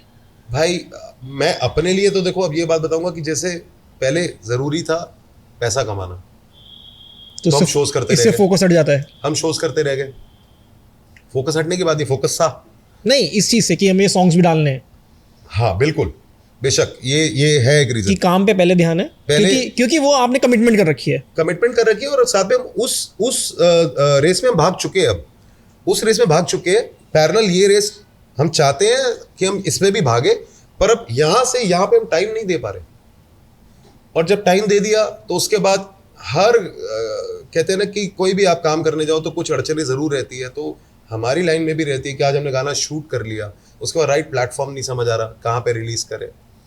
किसके साथ कोलैबोरेट करे, कोई कंपनी को लेबल को देना है या अपने लेबल पे निकालना है या अपने ही यूट्यूब चैनल पे निकालना है। फिर उसके बाद ये इसी सोच विचार में कहते हैं ना कि काफ़ी चीज़ें निकल जाती है। फिर क्या था कि पहले मैं सब कुछ खुद मैनेज करता था अकेले, तो वर्कलोड इतना ज़्यादा होता था कि मुझे समझ ही नहीं आता था कि ये चीज़ बना के छोड़ दिया, इसको एग्जीक्यूट कैसे करना है, सामने कैसे लेके आना है। Now I have a proper management behind me, so now I am very much focused on this platform, आपका ऑन द कंटेंट मेकिंग। इसमें मतलब जैसा कह रहे हो अकेले थे, आप मानते हो अकेला इंसान भाग सकता है? नहीं भाई, अकेले इंसान की कहीं पे भी कोई जर्नी नहीं। टीम हर चाहिए। जर्नी में you need someone, you need good people around you with good vibes, with same mindset, तभी आप ग्रो कर सकते हो।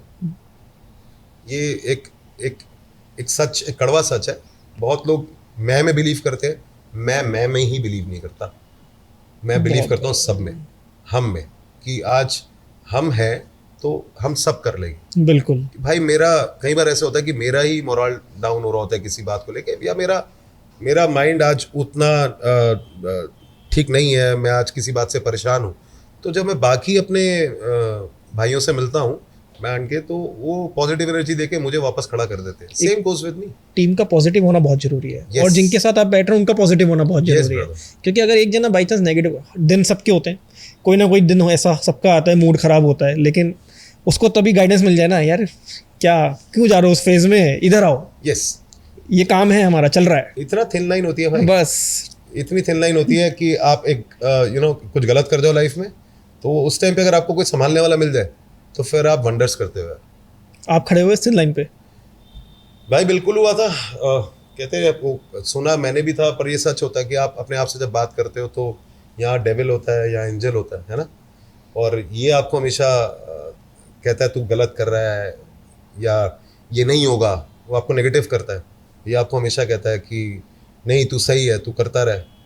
तो इस चीज़ से बाहर निकलना मुझे ऐसा लगता है ज़्यादा आसान कब हो जाता है कि ये वाला जो एंजल है ये ज़्यादा इसके ऊपर कैसे ओवरकम करता है, जब आपके पास वाइब्स अच्छी होती है। So I always sit with positive people, जिनका पॉजिटिव माइंडसेट है, जिनकी बातें अच्छी हैं, जो विजनरी हैं, जो बिलीव करते हैं ज़िंदगी में कि सपने पूरे होते हैं।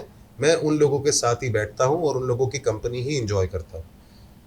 आप सबसे पहले मोंटू मदान को उस जगह पे नहीं देखेंगे जहाँ पे कोई नेगेटिविटी होगी। मैं वहाँ पे होता ही नहीं हूँ। If I get bad vibes from people around, exit, सीधा एग्जिट, सिंपल एग्जिट। अच्छे लोग, अच्छी बात, अच्छी वाइब, हर चीज़ अच्छी होती है। हर इंसान से सीखते हो कुछ ना कुछ। बिल्कुल भाई, मैं आपसे सीख रहा हूँ। बिल्कुल सीख मेरे से क्या सीखने में मिला आपको? भाई। आपने बहुत बड़ा वर्ड बोला है, इसलिए मैं जानना चाह रहा हूँ। अनमोल भाई, जब आप और मैं अभी स्टार्टिंग में मिले तो मैं आपको बस मैं सिर्फ आपको देख रहा था। मैं आप जो बात कर रहे थे, मैं I am a very good listener. Okay. दो मैं बोलता भी बहुत हूँ क्योंकि पॉडकास्ट में बोल ही रहा हूँ, मैं बोल ही जा रहा हूँ। पर ये सच्चाई है कि पहले मैं सुनता ज़रूर हूँ सामने वाले का। तो the confidence, the way you speak, the way you analyse things, कि मैं क्या बोल रहा हूँ, और अगला सवाल जो आपका रेडी होता है ना, इतना दिमाग हर इंसान का नहीं चलता, तभी आप वहाँ हैं। तो मैं इधर हूँ, मैं उधर नहीं हूँ। बिल्कुल। सो ये मैं आपसे सीख के जा रहा हूँ कि कैसे बातों को एनालाइज करके और उसके बाद आगे बढ़ना चाहिए, स्टेप बाय स्टेप, पेशेंस के साथ। थैंक यू इसके लिए। फ्यूचर कोलैब्स के बारे में थोड़ा सा और बात करना चाहूँगा। फ्यूचर कोलैब्स भाई, किस के साथ आ रहे हैं? 4-5 गाने आ रहे हैं। हाँ, कोलैब तो भाई हम चाहते हैं। हम तो मतलब पहले किसके साथ हो चुका है और किसके साथ रिलीज हो रहे हैं जल्दी? अभी कायनात अरोड़ा के साथ हमारा एक्ट्रेस है बॉलीवुड की, उनके साथ कोलैब हुआ था। वो वीडियो में थे, बट अब म्यूजिक को लेके, अब रांझना में जैसे आपने देखा होगा, अब म्यूजिक को लेके अगर आप बात करें, देखिए अभी तो फिलहाल हमारे इंडिविजुअल अपने खुद के गाने आ रहे हैं। कोलैब बी प्राक जानी पाजी के साथ ऑफ कोर्स हो गया। कहीं बार उनसे ये बात हो के हमारी रह गई, बट वो जीवन का एक सपना है जो कि मुझे ऐसा लगता है कि जल्दी पूरा होने वाला है, और होगा ज़रूर, आई बिलीव। अभी हुआ नहीं है कोलैब? अभी नहीं हुआ, पर हो जाएगा, आई बिलीव। तो ये कोलैब उनके साथ बहुत जल्दी मुझे लगता है कि होगा, अगर ऊपर वाले ने चाहा तो, और उनकी नज़र में अगर हम सही रहे तो। क्योंकि मैं बहुत बिलीव करता हूँ ऊपर वाले में, और मुझे ऐसा लगता है, मैं ठाकुर जी को बहुत मानता हूँ, वृंदावन, मतलब हर महीने में जाता हूँ, कई बार 2 बार 4 बार, पर हाँ 1 बार तो जाना होता ही है। तो मेरा उनसे यही रहता है कि बस जिस रास्ते पे मैं लगा हुआ हूँ भगवान मेरी लाज बचा के रखना। और मुझे वहाँ से मतलब हमेशा यही वाइब आई है कि होगा ज़रूर, वेट फॉर योर टाइम। और किस किस के साथ चाह रहे हो आप? अगर मैं बॉलीवुड में बोलूँ तो ऑफ कोर्स आज की डेट में किसी भी आप इंसान से पूछेंगे कि आप कौन से आर्टिस्ट के साथ कोलैब करना चाहते हैं, अगर एक्टर की बात करूँ तो भाई शाहरुख खान मेरे मतलब ज़िंदगी में मैंने सिर्फ उनको देखा कि मैं काश उनके लिए कभी गाना गा पाऊँ और वो ऐसे करे। ये काश है, आई डोंट नो कि ये कभी पूरा हो या ना हो, बट मेरे अंदर ये सपना ज़रूर है। तो अगर म्यूज़िक किसी प्रोडक्शन के साथ, मतलब मैं बोलूँ किसी डायरेक्टर के साथ काम करना चाहता हूँ तो सचिन जिगर करके है, ओके, और विशाल शेखर, इनके साथ ज़रूर काम करना चाहता हूँ क्योंकि भाई बहुत ख़तरनाक काम करते हैं।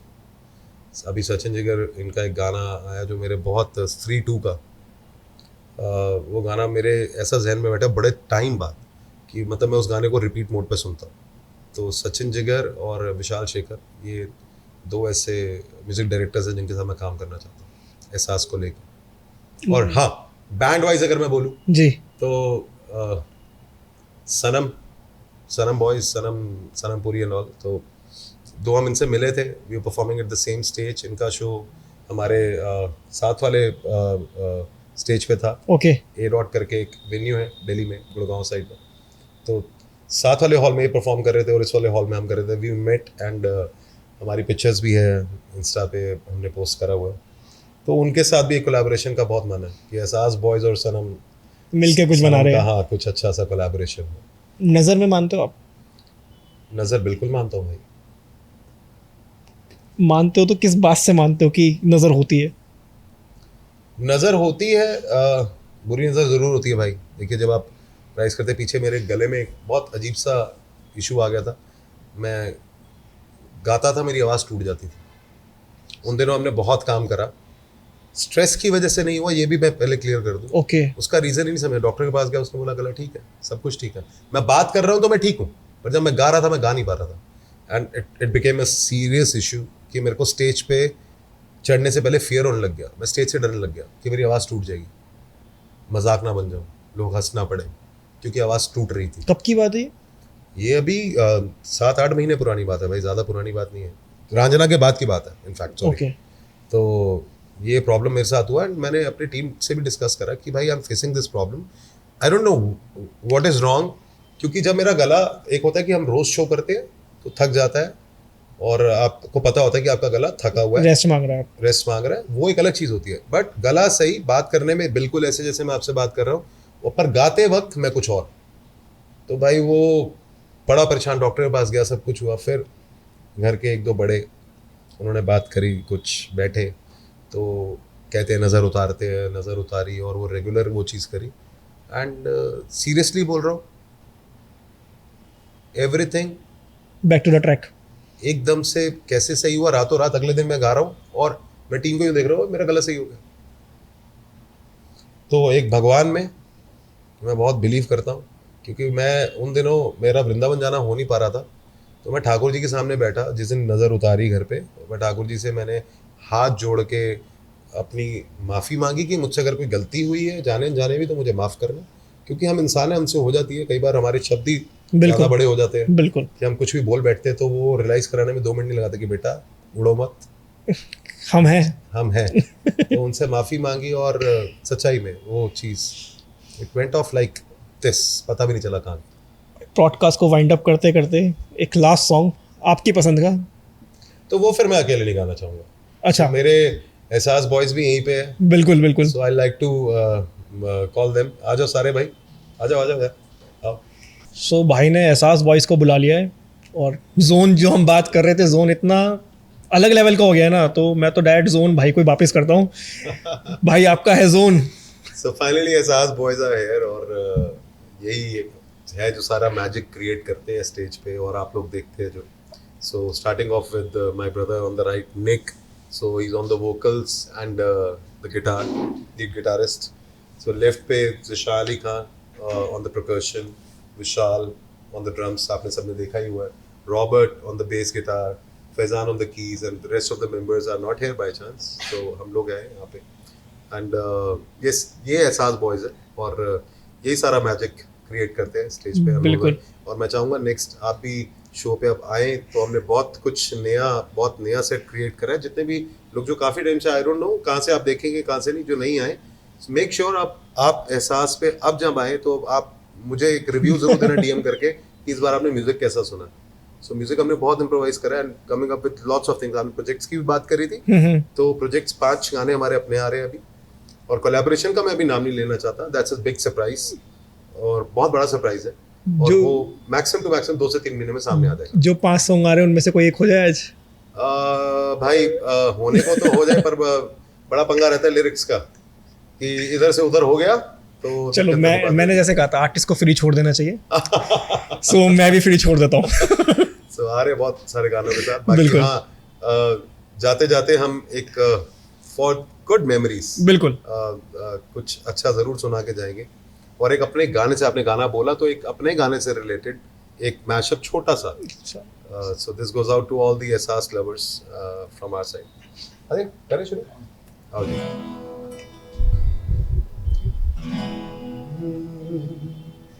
नगमे हैं, शिकवे हैं, किस्से हैं, बातें हैं,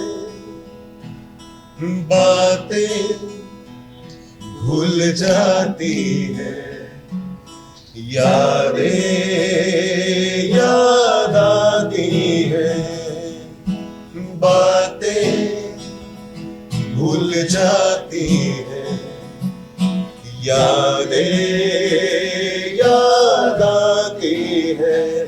ये यादें किसी दिलो जानम के चले जाने के बाद आती हैं,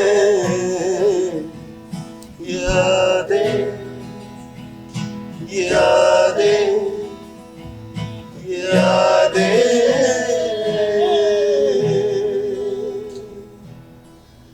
अब इसके साथ ही जो गाना, क्योंकि मैशअप्स के लिए एहसास मशहूर रहा है, तो ऐसा कैसे हो सकता है कि हम एक गाने के साथ जाएं, तो दूसरा गाना हमारा चांद तारे फीके लगे मैनू मेरे साजना, इश्क जुदाई विच रात भर में जागना, चांद तारे फीके लगे मैनू मेरे साजना, इश्क जुदाई विच रात भर में जागना, रात भर में जागना, रात भर में जागना। हो मैनू देना दर्द जुदाइयां, मैनू देना दर्द जुदाइयां, मैनू रास आएगा रांझना जानना रसता निहारे, रांझना जानना रसता निहारे, रांझना जानना रसता निहारे, रांझना जानना रसता निहारे। Thank you so much and thank you Anmol bhai, we had a great time with you। और थैंक यू मैं कहूँगा इतने अमेजिंग एक्सपीरियंस के लिए, आज तक पॉडकास्ट पे कभी नहीं हुआ, फर्स्ट टाइम ऐसी फील आ रही है, मतलब ये रुकना नहीं चाहिए था। so sweet, लेकिन सो ग्लैड कि आपने इतना अच्छा परफॉर्म किया, और इतना मतलब वर्ड्स खत्म हो गए मेरे पास। थैंक यू शुक्रिया आपका, और जितने भी व्यूअर्स हैं जो आगे देखेंगे सबका बहुत बहुत थैंक यू, और बूमकास्ट इंडिया का बहुत बहुत शुक्रिया हमें यहाँ पे बुलाने के लिए, और हमारी लाइफ की जर्नी को यहाँ पे आप लोगों के सामने लाने के लिए, क्योंकि आई रियली वांटेड कि ये जर्नी आप लोगों के सामने आए, और बूमकास्ट मीडिया ने और पॉडकास्ट बाबा आपके अनमोल जी सबने ये हमारे लिए पॉसिबल कर दिया। जैसे भाई ने बताया, पॉडकास्ट बाय बूमकास्ट हमारे मीडिया पार्टनर हैं पॉडकास्ट बाबा के, और लाइक शेयर सब्सक्राइब करना ना भूलें। Thank you.